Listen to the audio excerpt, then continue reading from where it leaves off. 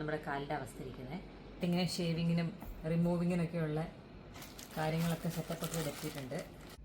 കണ്ട ഇതിങ്ങനെ പൊട്ടി ഓരോ നഖവും ഇങ്ങനെ പൊട്ടിയൊക്കെ തുടങ്ങിയിട്ടുണ്ട്.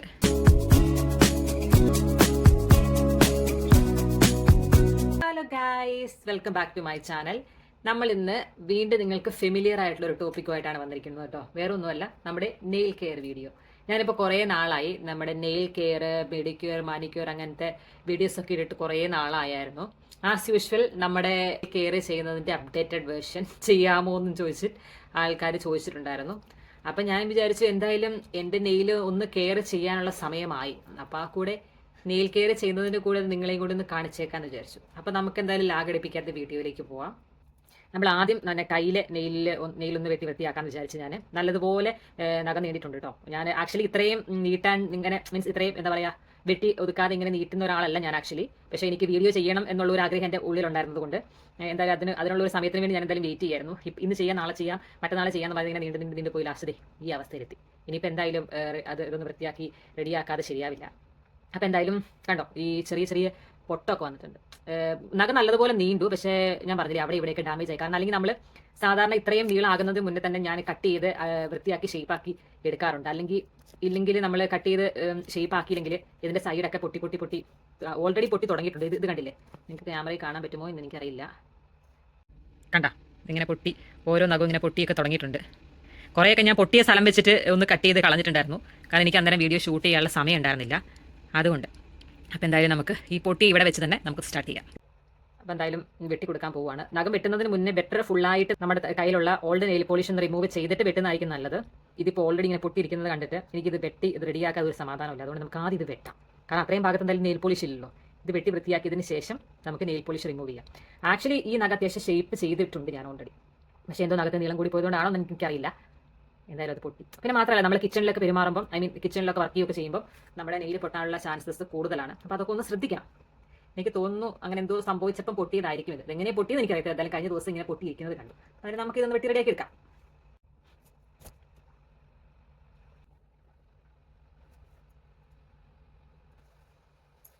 നല്ലതുപോലെ ഇതിന് നീളം കുറയ്ക്കണം ഗൈസ്. കാരണം കണ്ടില്ലേ ഇവിടെ കണ്ടില്ലേ ഇത് ഇവിടെ ആയിട്ടാണ് പൊട്ടിയിരിക്കുന്നത്. അതുകൊണ്ട് അതെന്തായാലും കട്ട് ചെയ്യാതെ വേറെ നിവർത്തിയില്ല. ഞാൻ ആക്ച്വലി നാട്ടിൽ നിന്ന് ക്യാമറ സ്റ്റാൻഡ് ഞാൻ കൊണ്ടുവരാനായിട്ട് വിട്ടുപോയി. അതുകൊണ്ട് ഞാൻ വളരെ കഷ്ടപ്പെട്ട് എൻ്റെ ഫോൺ അവിടെയും ഇവിടെയൊക്കെ ചാരി വെച്ചിട്ടാണ് വീഡിയോ എടുക്കുന്നത്. എനിക്കറിയില്ല നിങ്ങൾക്ക് ഇത് കറക്റ്റായിട്ട് കിട്ടുമോ എന്ന്. Let's see.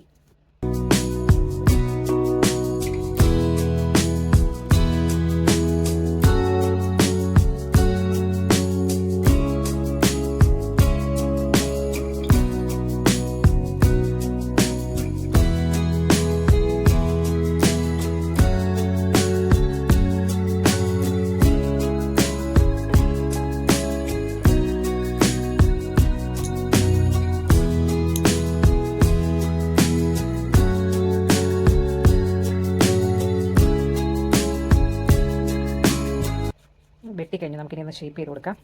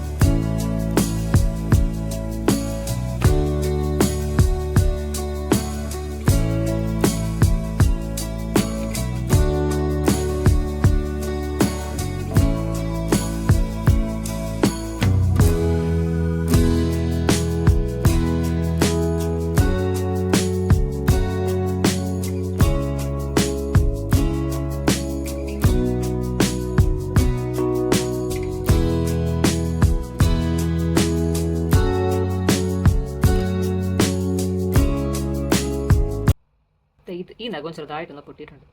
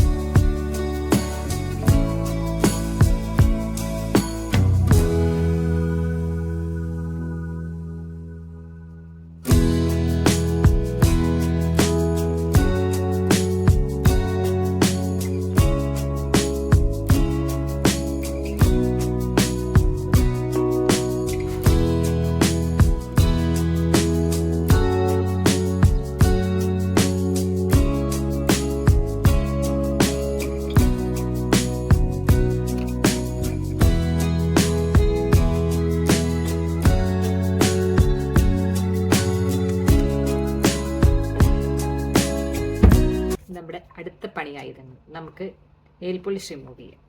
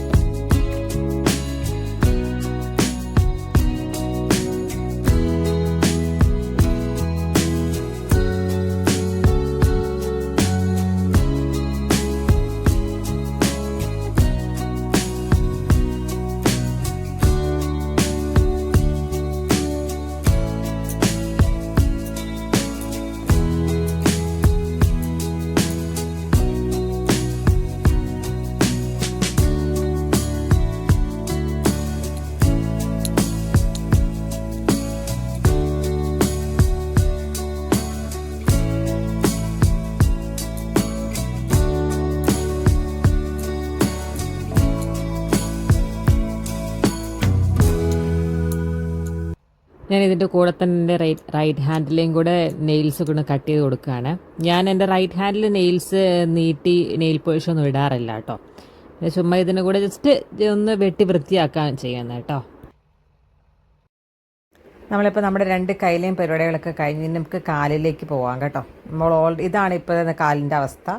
പഴയ ഒരു ഗ്രീൻ നെയിൽ പോളിഷാണ് ഇട്ട് വെച്ചിരിക്കുന്നത്. അപ്പോൾ ഇതൊക്കെ ഒന്ന് റിമൂവ് ചെയ്തിട്ട്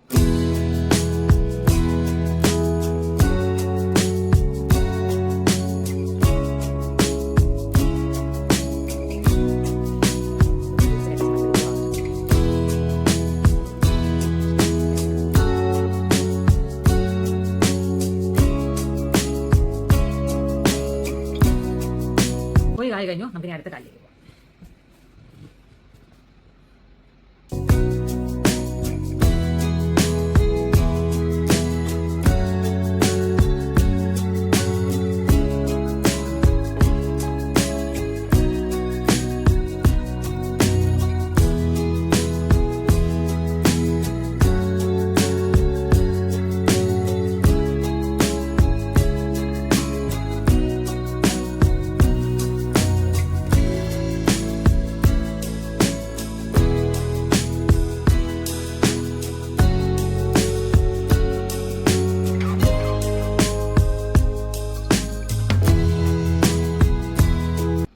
അങ്ങനെ 2 കയ്യിലേയും കഴിഞ്ഞിരിക്കുകയാണ്.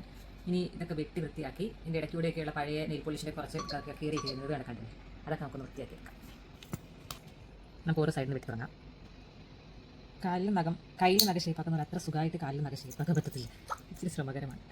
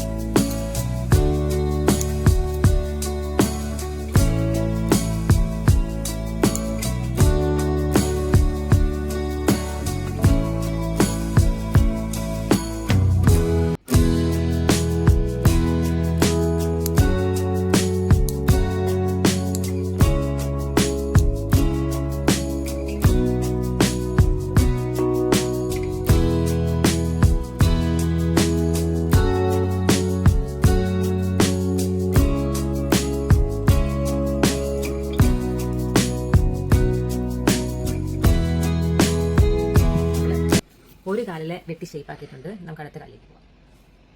Come on.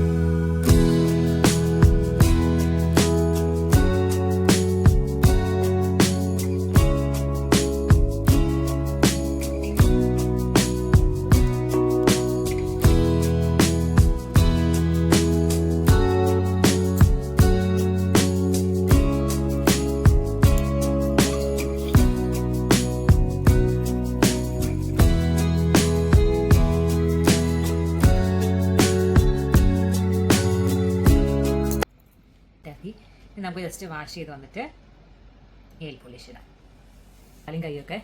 ഇനി നമുക്ക് മോയ്സ്ചറൈസർ വെക്കണം. നമ്മൾ നെയിൽ പോളിഷ് ഇടുന്നതിന് തൊട്ട് മുന്നേ നല്ലപോലെ മോയ്സ്ചറൈസർ പുരട്ടി ഒന്ന് മസാജ് ചെയ്യുന്നത് നല്ലതാണ് കേട്ടോ. ഈ മോയ്സ്ചറൈസർ പുരട്ടുന്നതിന് പകരം നമ്മുടെ വെളിച്ചെണ്ണ എടുത്ത് നമ്മുടെ നെയിൽസിൽ ഫുള്ള് പുരട്ടി ഒരു 2-3 മിനിറ്റ് മസാജ് ചെയ്ത് കഴിഞ്ഞാൽ നഖം നല്ലപോലെ വളരാനും പിന്നെ അതുപോലെ നഖത്തിന് സ്ട്രെങ്ത് വെക്കാനൊക്കെ നല്ലതാണ് പറഞ്ഞ് ഞാൻ കേട്ടിട്ടുണ്ട്. ഞാൻ പല വീഡിയോയിലും കണ്ടിട്ടുണ്ട്. പക്ഷെ ഞാൻ വെളിച്ചെണ്ണ തേക്കാറില്ല കേട്ടോ. നിങ്ങൾക്ക് നഖമൊക്കെ വളരാനും പെട്ടെന്ന് പൊട്ടിപ്പോവുകയൊക്കെ ചെയ്യുന്ന ആൾക്കാരൊക്കെ ഉണ്ടെങ്കിൽ ഇന്ന് ട്രൈ ചെയ്ത് നോക്കുന്നത് നല്ലതായിരിക്കും. പിന്നെ അതുപോലെ തന്നെ നെയിൽസ് ക്ലീൻ ആക്കാനായിട്ട് നമ്മുടെ നാരങ്ങയിലെ ലെമൺ യൂസ് ചെയ്തിട്ട് നമ്മുടെ നഖം ക്ലീൻ ചെയ്യുവാണെങ്കിൽ നഖം നല്ല സ്ട്രെങ്ത് ആയിട്ട് നല്ല വൈറ്റ് ആയിട്ടൊക്കെ നല്ല വൃത്തിയായിട്ട് ക്ലീൻ ആയിട്ടൊക്കെ എപ്പോഴും ഇരിക്കും. അപ്പം ഈ 2 ടിപ്പുകൾ ചെയ്ത് നോക്കുന്നത് നല്ല. നെയിൽ പോളിഷിങ്ങിലേക്ക് പോകണം. ഇത് നമ്മുടെ ബ്ലാക്ക് നെയിൽ പോളിഷാണ് കേട്ടോ ഇടുന്നത്.